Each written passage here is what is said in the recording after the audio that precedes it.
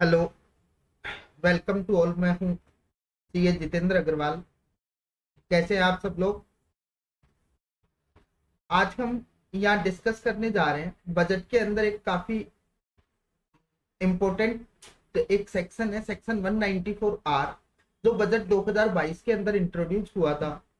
आज अपन लोग उस सेक्शन के ऊपर डिस्कस करने जा रहे हैं। उसके बारे में कुछ एफएक्यूज भी गवर्नमेंट ने इशू किए थे, जो कि सर्कुलर नंबर 12 ऑफ 2022 सीबीडीटी ने कुछ इश्यूज किए हैं। उन एफएक्यूज के ऊपर भी आज अपन लोग डिस्कस करें। सबसे पहले समझते हैं सेक्शन है क्या। देखो, सेक्शन का नाम है टीडीएस ऑन बेनिफिट और परक्यूसिव इन रेस्पेक्ट ऑफ बिजनेस और प्रोफेशन।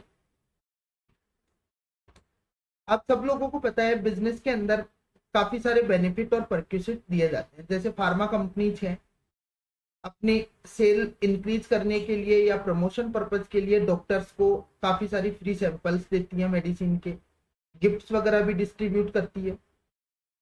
बिजनेस के अंदर भी जनरली देखा जाता है कि एक टारगेट के बाद भी बोला जाता है, अगर आप ये टारगेट कंप्लीट कर दोगे, इतनी सेल अचीव कर लोगे, तो उस केस के अंदर आपको यहाँ की ट्रिप दी जाएगी, या फिर आपको पर्टिकुलर एक अमाउंट दिया जाएगा, या पर्टिकुलर कोई भी गिफ्ट दिया जाएगा।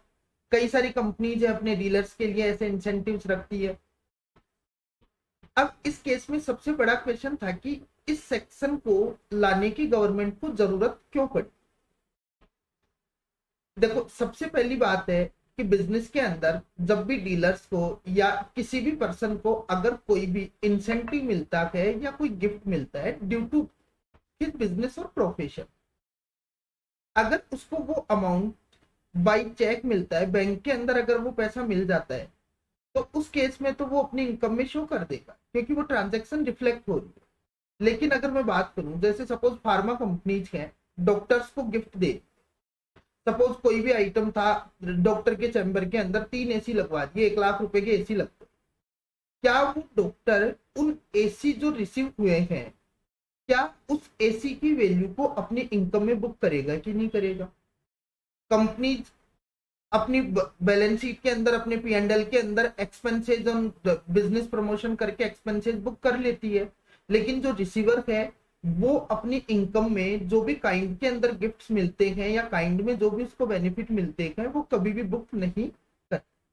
तो इस केस में गवर्नमेंट का सिंपल सा इंटेंशन था, जो कि बजट मेमो के अंदर भी बोला गया है, कि बिजनेसमैन के या रिसिपिएंट के वो जो भी उसको ड्यू टू हिज बिजनेस और प्रोफेशन इंसेंटिव और बेनिफिट्स मिलते हैं वो अपनी आईटीआर के अंदर शो नहीं करता है।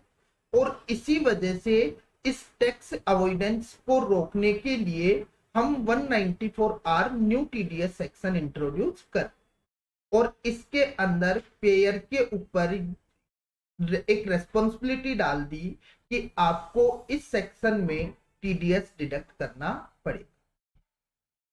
अब बात करते हैं टीडीएस कौन कौन डिडक्ट करेगा। देखो, जो भी नॉर्मल सेक्शन है हर केस के अंदर यही होता है, अगर कोई भी इंडिविजुअल या एचयूएफ, अगर उसका टर्नओवर वो बिजनेस में है 1 करोड़ रुपए से एक्सीड कर रहा है, प्रोफेशन में है 50 लाख रुपीज से एक्सीड कर रहा है, तो वो टीडीएस डिडक्ट करेगी। या कोई भी अदर पर्सन है, like company, private partnership firm, वो हर केस के अंदर टीडीएस डिडक्ट करेगी। जो रिसीवर है वो कौन होना चाहिए? रिसीवर ओनली रेसिडेंट पर्सन होना चाहिए। अगर कोई भी कंपनी या कोई भी पर्सन अगर किसी नॉन रेसिडेंट को कोई भी बेनिफिट या परक्यूसिट देता है, तो वो सेक्शन 194 आर के अंदर कवर नहीं होगा। उस केस में सेक्शन 195 के प्रोविजंस हैं, उसके अकॉर्डिंग उसके टीडीएस की लाइबिलिटी अराइज होगी। ये जो सेक्शन है ये 1 जुलाई 2022 से इफेक्ट में आया है। इससे पहले अगर कोई भी गिफ्ट दिया गया, कोई भी बेनिफिट दिए हैं, उनके ऊपर कोई टीडीएस डिडक्ट नहीं हो। थ्रेशोल्ड लिमिट क्या है? अगर कोई भी जो बेनिफिट या परक्यूसिट है 20,000 रुपीज से ज्यादा है, तो ही टीडीएस की एप्लीकेबिलिटी आएगी और वो फिर होल अमाउंट के ऊपर आएगी। अब यहाँ एक सबसे मेन पॉइंट आता है कि जो टीडीएस का जो सेक्शन है 194 आर, ये इफेक्ट में आ रहा है 1 जुलाई 2022 से। क्या 20,000 रुपीज की लिमिट है अपने को 1 जुलाई 2022 से काउंट करनी है या फाइनेंशियल ईयर की? देखो ये लिमिट फाइनेंशियल ईयर की काउंट करनी है।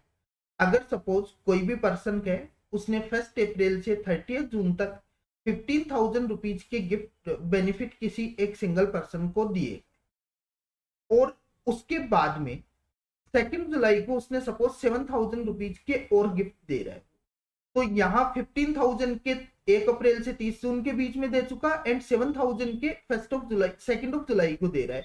22,000 हो गए, उसको टीडीएस डिडक्ट करना पड़ेगा। और करेगा किस अमाउंट पर? वो ओनली 2,000 सॉरी पूरे 7,000 रुपीज के ऊपर वो डिडक्ट करेगा। जो पहले गिफ्ट दे दिए उनके ऊपर उसको टीडीएस डिडक्ट करने की जरूरत नहीं। टीडीएस की रेट क्या होगी? टीडीएस की रेट 10% होगी। उसके बाद में ट्रांजैक्शन कौन कौन से कवर? देखो सेक्शन 194R में लिखा हुआ है, एनी बेनिफिट और परक्यूसिट अराइजिंग फ्रॉम बिजनेस और exercise of profession whether convertible into money और नॉट।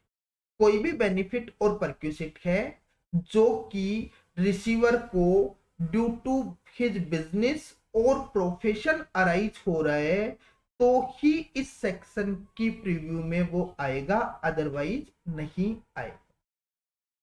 फॉर एग्जाम्पल, अगर सपोज एम्प्लॉइज हैं, कम असीसी है, वो अपने एम्प्लॉइज को दिवाली पर गिफ्ट दे रहा है, क्या सेक्शन 194R में आएगा? नहीं, क्योंकि यहां रिसीवर के पॉइंट ऑफ व्यू से देखना है कि रिसीवर को उसकी बिजनेस या प्रोफेशन के अंदर आ रहे हैं कि नहीं आ रहे। रिसीवर एम्प्लॉय था, वो सेक्शन 17 के अंदर कवर होगा, और उसके अकॉर्डिंग सेक्शन 192 के अंदर जो भी टीडीएस की एप्लीकेबिलिटी आएगी उसके अकॉर्डिंग जाएगा, बट सेक्शन 194R के अंदर वो कवर नहीं होगा। सपोज एक फार्मा कंपनी है, वो गवर्नमेंट हॉस्पिटल्स के अंदर मेडिसिन दे रही है, क्या इस सेक्शन में कवर होगी? बिल्कुल नहीं होगी, क्योंकि जो हॉस्पिटल है वो रिसीवर है, और गवर्नमेंट हॉस्पिटल कोई भी बिजनेस या प्रोफेशन एक्सरसाइज नहीं कर रहे, इस वजह से ये भी कवर नहीं हो। यहाँ रिसीवर के पॉइंट ऑफ व्यू से देखना है कि क्या वो अपने ड्यू टू हिज बिजनेस और प्रोफेशन रिसीव हो रहे हैं या ऐसे ही उसको रिसीव हो। चलो, अब कुछ एफएक्यूज आए हैं सर्कुलर 12/2022 में, जो सीबीडीटी ने इश्यू किया है। उन एफएक्यूज के बारे में बात करते हैं। देखो यहां मैंने आपको पहले बताया कि रिसीवर के पॉइंट ऑफ व्यू से देखना है कि क्या उसको ये gift due to his business और प्रोफेशन अराइज हो रहे हैं या नहीं। तो सबसे पहला क्वेश्चन ये आता है कि क्या ये डिडक्टर चेक करेगा कि वो परक्यूसिट या बेनिफिट सेक्शन 28 क्लॉज 4 के अंदर टैक्सेबल है कि नहीं है? जी नहीं, ये बेनिफिट जो प्रोवाइडर है उसकी रेस्पॉन्सिबिलिटी नहीं है कि वो चेक करे ये टैक्सेबल है या नहीं है। उसको केवल और केवल एक बेसिक प्रीव्यू, जो कि एक जनरल कॉन्सेप्ट के बेसिस पर देखना है कि क्या हम दे रहे हैं वो ड्यू टू हिज बिजनेस और प्रोफेशन दे रहे हैं या नहीं दे रहे हैं। बाकी ये उसकी रेस्पॉन्सिबिलिटी नहीं है कि उसके हैंड्स में ये टैक्सेबल होगा या नहीं होगा, या टैक्सेबल होगा तो इस सेक्शन में होगा या उस सेक्शन में होगा, किसी भी सेक्शन में टैक्सेबल हो।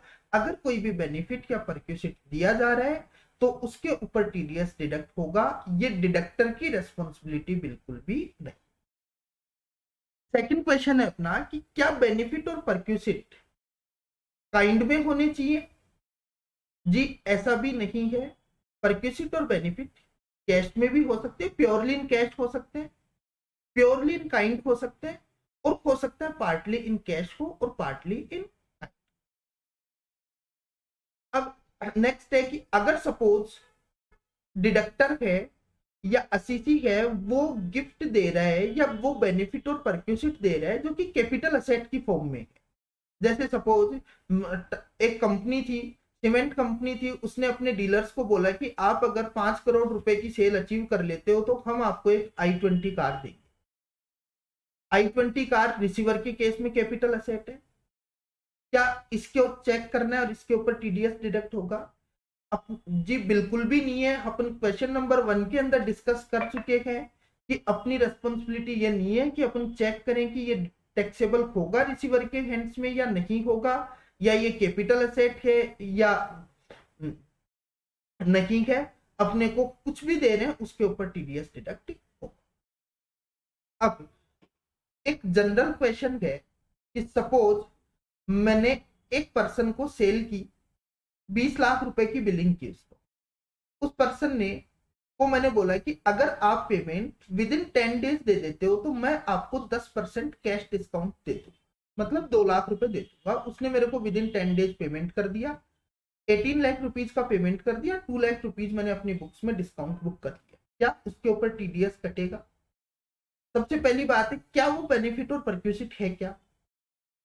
तो देखिए सर्कुलर 12/2022 क्लियरली बोल रहे हैं कि बिल्कुल वो बेनिफिट और परक्यूसिट है, लेकिन ऐसे केसेस काफी सारे होंगे सेल्स डिस्काउंट के, कैश डिस्काउंट के, रिबेट्स के।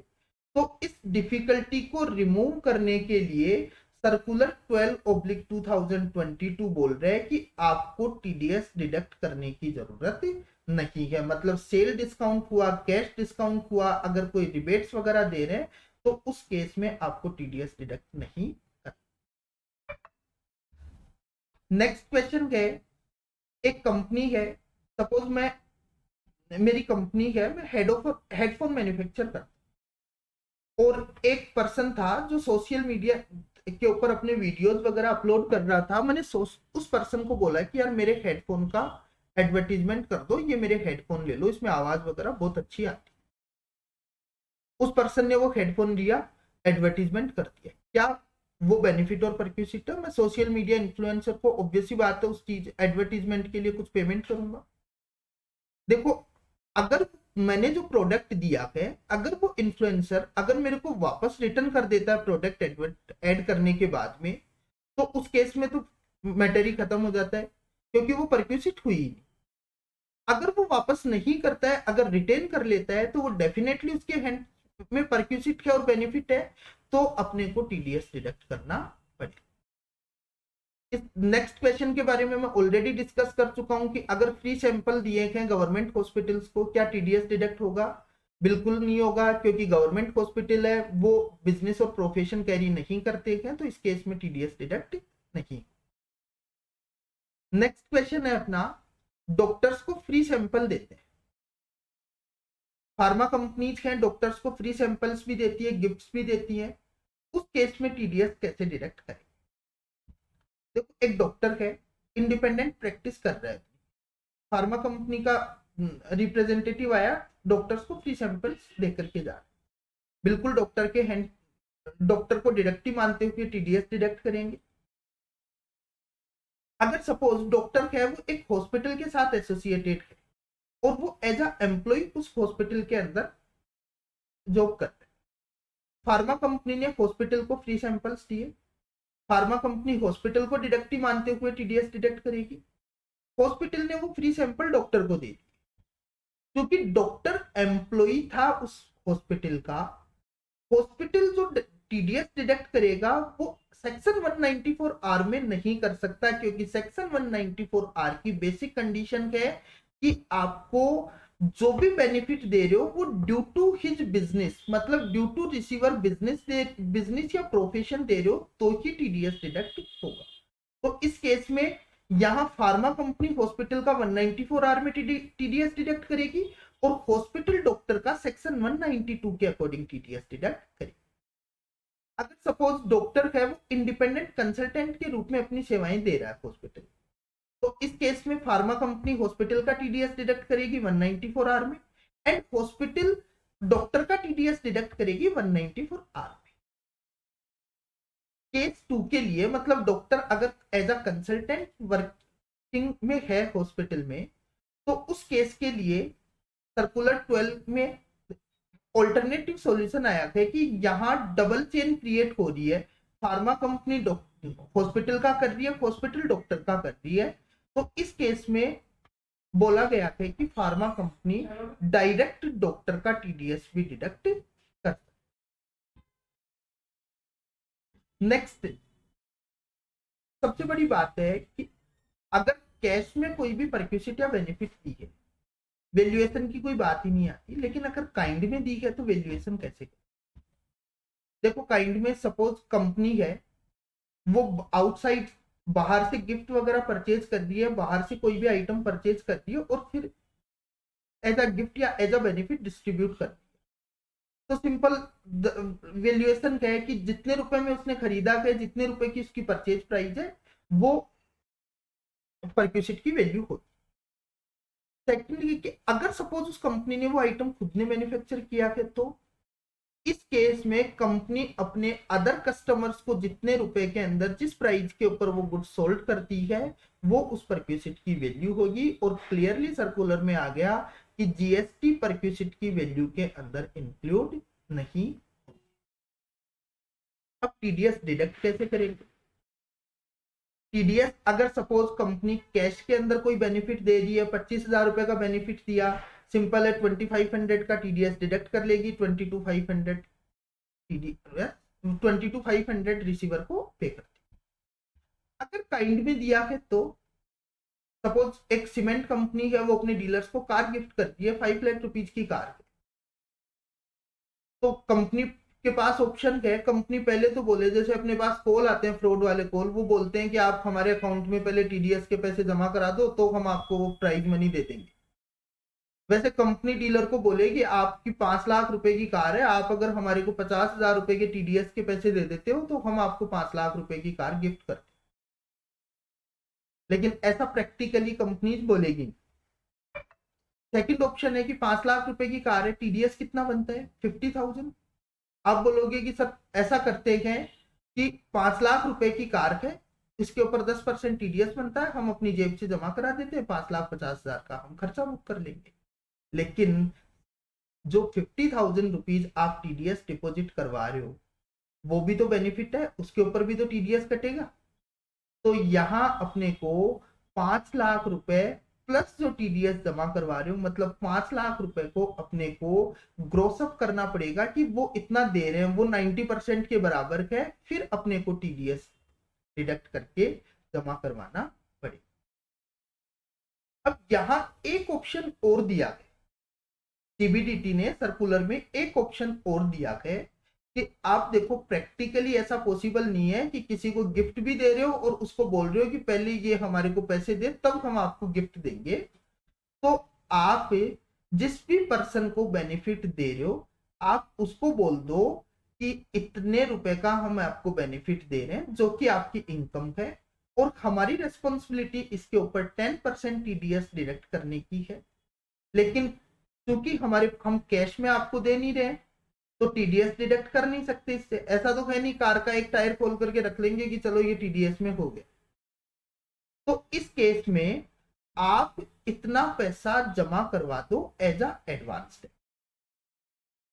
वो एडवांस टैक्स है, उसका चालान हमारे को दे दो जमा करवा करके, और हम एक डिक्लेरेशन पर साइन करवाएंगे, वो डिक्लेरेशन हमारे को दे दो। फिर जब भी डिडक्टर अपनी टीडीएस रिटर्न डालेगा, उस केस में जितना पैसा रिसीवर ने डिपॉजिट करवाया है उसका चालान नंबर मेंशन करेगा और इस ट्रांजैक्शन को अपनी रिटर्न के अंदर रिफ्लेक्ट करेगा। अब आप बोलोगे ऐसा ऑप्शन 26Q में तो है ही नहीं कि सामने वाला एडवांस टैक्स जमा करवाए और उसका चालान नंबर अपन मेंशन करे। सर्कुलर में इसके लिए भी आया कि अभी तक ऐसी व्यवस्था नहीं है, लेकिन हम आगे इस व्यवस्था को टीडीएस रिटर्न के अंदर फॉर्म 26Q के अंदर हम मर्ज कर दें। मतलब दो ऑप्शन हो गए, या तो आप डिडक्ट करके जमा करवा दो, या सामने वाले को बोल दो कि आप एज अ एडवांस टैक्स इसको डिपॉजिट करवा दो और चालान हमारे को दे दो, ताकि हम अपनी टीडीएस रिटर्न के अंदर उसको रिफ्लेक्ट करें। कुछ एग्जांपल्स अपन यहाँ देख लेते हैं कि क्या उनके ऊपर सेक्शन 194R अप्लाई होगा कि नहीं। देखो, principal loan waived by banker under one time settlement. अगर बैंक ने वन टाइम सेटलमेंट में कोई लोन वेव कर दिया, सामने वाला अगर बिजनेस पर्पज के लिए लोन लिया था तो डेफिनेटली 194R में कवर होगा। लेकिन सपोज मैंने होम लोन लिया था तो मैं 194R की कैटेगरी में नहीं आऊंगा, बिकॉज मेरे को ही जो बेनिफिट मिल रहा है वो ड्यू टू माई बिजनेस और प्रोफेशन नहीं मिल। अगर सपोज डायरेक्टर को रेंट फ्री अकोमोडेशन देते हैं, फर्नीचर फिक्चर देते हैं, बिल्कुल 194R में आएगा। नेक्स्ट इज, कई बार स्कीम्स आती है कि 10 आइटम खरीद लो, 2 आइटम हम आपको फ्री दे देंगे। क्या उन दो आइटम्स को यहाँ 194 आर में परक्यूसिट माना के? बिल्कुल वो दो आइटम परक्यूसिट है, क्लियरली एक्सप्लेनेशन है सर्कुलर के अंदर, लेकिन उन दो आइटम्स के ऊपर टीडीएस डिडक्ट नहीं होगा। सीबीडीटी का कहना है कि अगर हम ऐसा करेंगे तो डिफिकल्टीज काफी सारी होगी, इस वजह से इन आइटम्स को 194 आर की प्रीव्यू से बाहर। अगर कोई भी इंसेंटिव दे रहे हैं तो बिल्कुल इंसेंटिव के लिए तो है ही। अगर कोई ट्रिप दे रहे हैं रिसिपिएंट को, बिल्कुल उसके ऊपर टीडीएस डिडक्ट होगा, उसके रिलेटिव को दे रहे होगा। कोई फ्री टिकट दे रहे इवेंट की, बिल्कुल होगा। Free medicine sample to doctors already discuss कर चुके हैं। अगर सपोज एक कंपनी है अपने डीलर्स को एजुकेशन प्रोवाइड करवा रही है प्रोडक्ट्स के बारे में ट्रेनिंग करवा रही है और उसकी पार्टिसिपेशन के लिए बुलाया, तो क्या उस कॉन्फ्रेंस पर जो खर्चा हो रहा है, उस डीलर के ऊपर खर्चा हो रहा है, टीडीएस डिडक्ट होगा? बिल्कुल नहीं होगा। लेकिन अगर सपोज कंपनी कोई भी एजुकेशन करवा रही है और उस एजुकेशन में सेलेक्टेड डीलर्स को सेलेक्ट करती है कि अगर आप ये टारगेट जिन डीलर्स ने किया है तो ही हम आपको ये एजुकेशन देंगे, तो बिल्कुल इस केस में इसको परक्यूसिट माना गया और टीटीएस डिडक्ट होगा। अब जनरली क्या होता है, कॉन्फ्रेंस होती है, कंपनी बोलती है कि देखो, एक तो डीलर को बोलती है और बोलती है कोई भी हम 2 मेंबर्स की टिकट दे रहे हैं और उनको यहाँ यहाँ घुमाएंगे, गोवा बुला लिया, बोलते हैं गोवा के अंदर ये ट्रिप और करवाएंगे। इस केस में जो डीलर को एजुकेशन दे रहे हो, केवल डीलर का जो एक्सपेंसेज है वो परक्यूसिट नहीं मानी गई है। लेकिन अगर आप उसकी फैमिली मेंबर को दे रहे हो या कॉन्फ्रेंस के बाद में अगर कोई भी खर्चा हो रहा है और इवन ड्यूरिंग द कॉन्फ्रेंस भी अगर फैमिली मेंबर के ऊपर हो रहा है, तो उस चीज को परक्यूसिट माना है। आशा करता हूं कि अच्छे से प्रोविजन समझ में आए होंगे, और आप हमारे को ये वीडियो कैसा लगा कमेंट बॉक्स के अंदर लिख करके बता सकते हैं, और साथ ही हमारे चैनल को सब्सक्राइब करना ना भूलें। Thank you so much.